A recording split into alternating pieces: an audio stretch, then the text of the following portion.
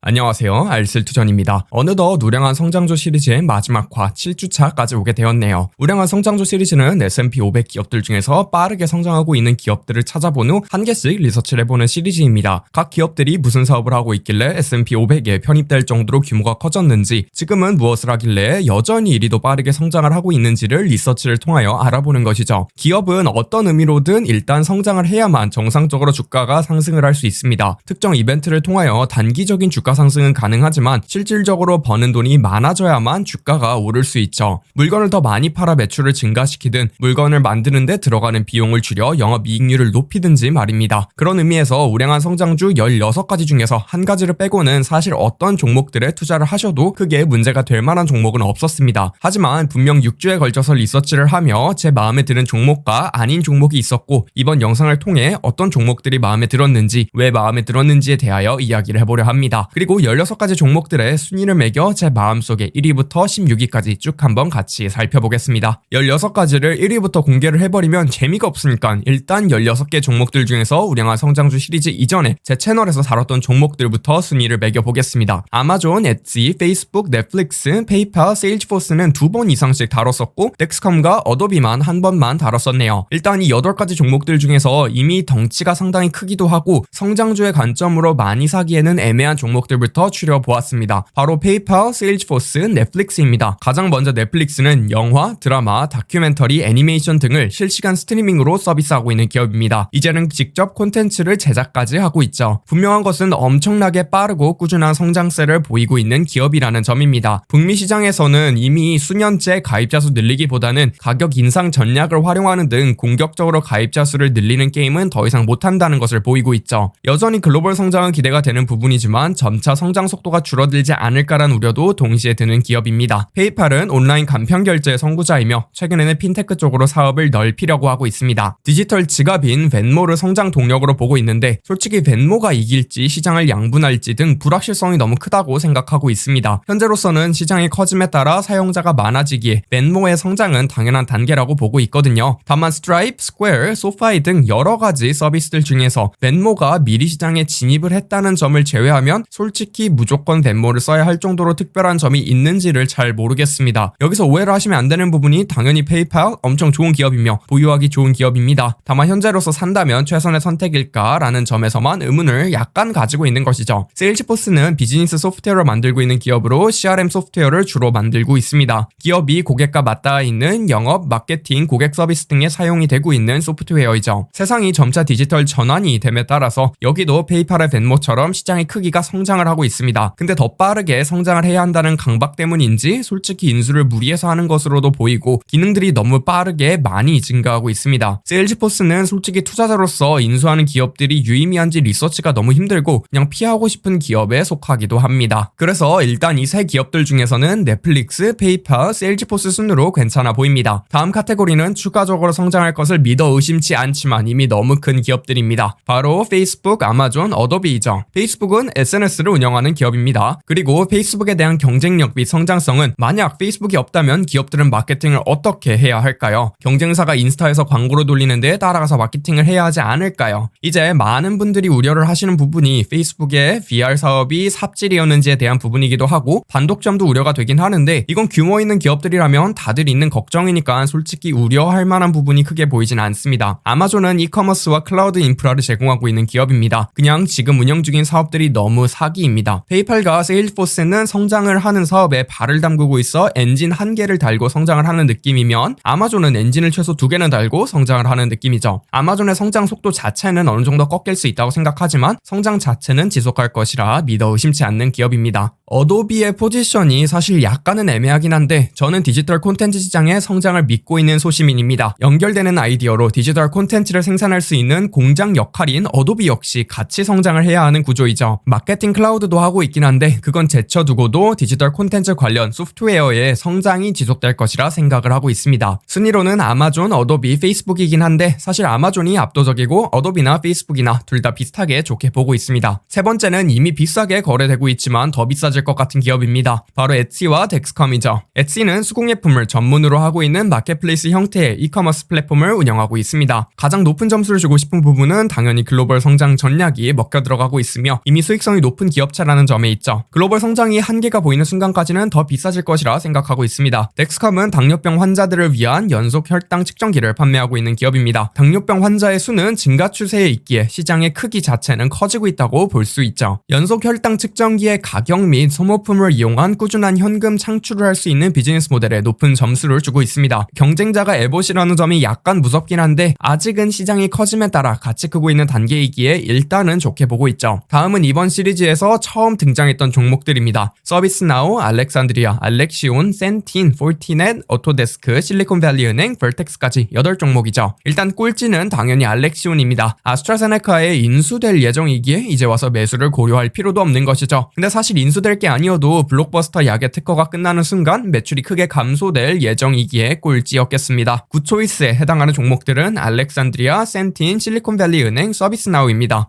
알렉산드리아는 대형 제약회사, 기술기업들에게 캠퍼스를 빌려주고 있는 리츠입니다. 월세를 받기에 이만한 세입자가 도대체 어디에 또 있겠습니까? 다만 저는 미국 부동산에 대해서는 아는 게 거의 없기 때문에 굿초이스까지만 주고 넘어가 보겠습니다. 센틴은 매니지드 케어, 보험사라고 보면 되겠습니다. 메디케어, 메디케이드 고객을 위주로 의료 중개 서비스를 제공하고 있죠. 숫자로만 봤을 때는 정말 좋아 보이는데 솔직히 이 기업에 투자를 할 만한지 아닌지를 판단이 될 정도로 제가 잘 아는 영역이라고 생각이 들진 않습니다. 공부가 더 필요한 부분이겠죠. 실리콘밸리 은행은 고성장 헬스케어 기업 및 기술 기업에게 뱅킹 서비스를 제공하는 기업입니다. 헬스케어 및 기술 산업이 커갈수록 같이 커가는 구조인 것이죠. 제가 은행 금융주를 그리 좋아하진 않는데 이 친구는 좋아 보이더라고요. 마지막으로 서비스나우는 기업용 소프트웨어이며 인사 관리에 집중을 하고 있습니다. 서비스나우의 경우 잠재 시장의 규모 때문에 굿초이스라고만 해뒀는데 이미 산업 내에 꽤 깊이 침투해 있습니다. 넷플릭스나 세일즈포스의 느낌이랄까요. 여기에서 더 성장을 하려면 상향 판매, 교차 판매가 들어갈 것 같으며 신규 고객 확보의 속도는 점점 느려지지 않을까 싶네요. 잠재 시장이 작은 기업들까지로 넓어진다면 굉장히 좋다고 말하겠으나 제품 특성상 넓히기가 쉬워 보이진 않습니다. 그래서 순서로는 서비스나우, 실리콘밸리은행, 알렉산드리아, 센틴 순으로 좋아 보입니다. 이제 새로 발견한 기업들 중에서 진짜 좋아 보이는 마지막 세 기업은 오토데스크, 벌텍스, 폴티넷입니다. 오토데스크는 3D 모델링 소프트웨어를 만들고 있으며 3D 업계에서의 어도비 느낌이라고 보시면 되겠습니다. 사실 잠재 시장에 대한 우려가 좀 있는 게 니시 소프트웨어, 사용하는 사람들만 사용하는 소프트웨어이기에 잠재 시장이 더 커질 수 있을까라는 우려가 존재합니다. 다만 비즈니스 모델상 일단 마음에 드는 시점이고 구독 모델로 전환을 하고 이제 막 결실을 맺고 있는 단계라고 생각을 하기에 서비스나우보다는 높은 점수를 줘봤습니다. 벌텍스는 저도 처음 발견한 종목이며 희귀 질병을 치료하는 약을 판매하고 있습니다. 무엇보다도 해당 영역에서 독점을 하고 있는 기업이죠. 제약이라는 유통기한이 있긴 한데 이에 비해서도 주가가 너무 싸게 거래가 되고 있는 게 아닌가 싶을 정도로 싸게 거래되고 있습니다. 특허 몇 개가 풀릴 경우 현재 매출에 얼마나 영향을 미칠지가 포인트 같은데 그래도 주가가 너무 싼 거 아닌가라는 생각을 좀 하고 있습니다. 폴티넷은 방화벽을 만들고 있는 기업으로 소프트웨어와 하드웨어 둘 다 만들고 있습니다. 클라우드 시장이 더 커지고 디지털 전환이 가속화됨에 따라 같이 커가는 산업에 참여하고 있는 것이죠. 시장 점유율을 야금야금 높여가고 있는 것으로 보입니다. 다만 경쟁사들인 팔로알토, 시스코까지 세 기업을 동시에 공부해봐야 할 것으로 보입니다. 이제 결론입니다. 대망의 1등은 엣지, 2등은 덱스컴, 3등은 폴티넷으로 꼽아보았습니다. 사실 폴티넷은 공부를 좀 더 해봐야 하긴 하는데 지금까지 공부를 해본 바로는 일단 3등을 줘봤습니다. 4등은 아마존, 5등은 어도비, 6등은 페이스북을 줬으며 아마도 이쪽에서는 구독자분들도 동의를 하실 것 같고요. 7등은 벌텍스, 8등은 넷플릭스, 9등은 오토데스크, 10등은 서비스나우를 뽑았으며 사실 오토데스크와 서비스나우는 거의 비슷한 랭킹을 줘야 하지 않나 라는 생각이 듭니다. 11등은 페이파, 12등은 세일즈포스이며 사실 얘네 둘은 잠재성도 있고 현재 사업도 좋은데 주가가 너무 비싸서 밀린 경향이 없지 않아 있습니다. 마지막 13등은 실리콘밸리 은행, 14등은 알렉산드리아, 15등은 센틴, 16등은 알렉시온을 줬습니다. 근데 사실 알렉시온을 제외하면 15개의 기업들 전부 다 좋긴 좋은 기업들입니다. 이제 제가 이 시리즈를 연재하면서 개인적으로 배운 점도 실토해 보겠습니다. 폴티넷과 벌텍스라는 특정 영역에서 강한 기업을 찾아낸 게 제일 큰 수학이라고 생각합니다. 실리콘밸리 은행, 알렉산드리아, 센틴이 가지고 있는 특이한 비즈니스의 형태도 배우게 되었죠. 구독자 여러분들은 7편의 우량한 성장주 시리즈를 통하여 어떤 새로운 점들을 배워가셨나요? 어떤 점이 별로였는지, 어떤 점이 좋았는지 댓글로 많은 피드백 부탁드리겠습니다. 긴 시리즈 함께 해주셔서 감사하고 오늘도 좋은 하루 보내시길 바라겠습니다.